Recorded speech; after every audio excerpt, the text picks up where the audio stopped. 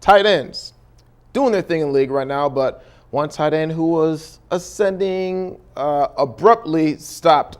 We're talking Aaron Hernandez. The trial for the murder of Odin Lloyd about wrapped up here. I mean, your thoughts on what's going on in the trial so far, Marvin? I mean, it's an interesting situation, interesting scenario. A couple of days ago, or about a week ago, his girlfriend or ex-fiance, or I don't know what she is now, Miss Jenkins, was on the stand, and she was talking about how she couldn't remember where she placed the black box, which might have contained the murder weapon too.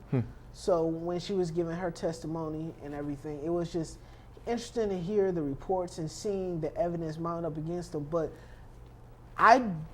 if I was a betting man, I think that they do not have enough to convict him based upon they don't really have a murder weapon. They don't have an exact time and place where the murder took place. And I think there's a lot of evidence that is circumstantial, that is not 100% guilty. You know, I don't know. It's interesting, but I would probably say 60-40 not guilty. Not to say that he's innocent. I just think the not guilty vote will come out. I mean, when you discuss, the struggle to pull the jury in your favor, the burden of proof lies on, the prosecution. They have to prove without a shadow of a doubt. In these 9 weeks of this trial, they've made 131 calls to witnesses trying to get things lined up. According to Deadspin, the defensive has only made 3 calls, and they had 3 witnesses. One of the biggest pieces of info you mentioned, the .45 caliber, and the shell casing in the car was attached to what? A piece of Bubblicious bubblegum, the blue Bubblicious bubblegum that we can't get over. And where is the area of doubt, the shadow of doubt is whether or not, it's the gum being attached to it that had, Hernandez's DNA on it. So, did he really own it? Again, it has to be without a shadow of a doubt, and the burden is on the prosecution there. But it's... So let me ask you this question, Ty. If he is not guilty, do you think another NFL team would take a chance on Aaron Hernandez if he walks? Compared to, let's say if he is guilty and let's say he serves 5 years and comes back. When we talk about second chances, we especially in the league, Vic, and Animals, soon to be Adrian Peterson, abruptly with Greg Hardy and the Cowboys. But when we're talking about a man's life, I believe that's a different story.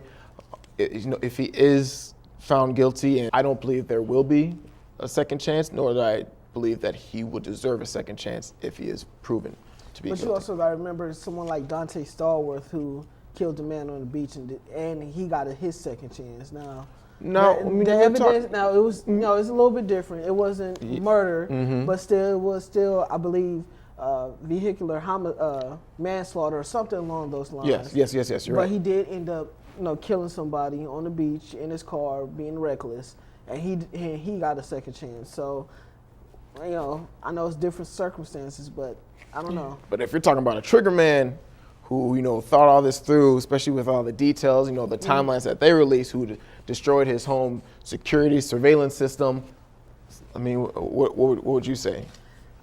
I think it's interesting. I think that if Hernandez would have came out and said, I made a mistake and I killed him and served his time already, I think that the NFL would be more generous of giving him another chance.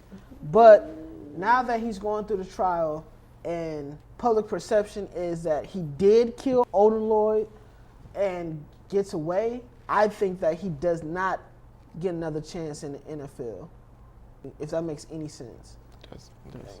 But oof. It's an interesting dynamic that's happening. It's definitely precedent since the white Bronco going down LA back in the 1990s. So one way or another, it looks like it all worked out for the Patriots. Definitely so.